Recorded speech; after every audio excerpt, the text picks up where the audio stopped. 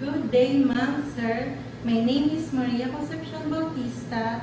I am Filipino. I am from Pulilan, Bulacan, Philippines. I am 36 years old and graduate high school. I work as a domestic helper here in the Philippines.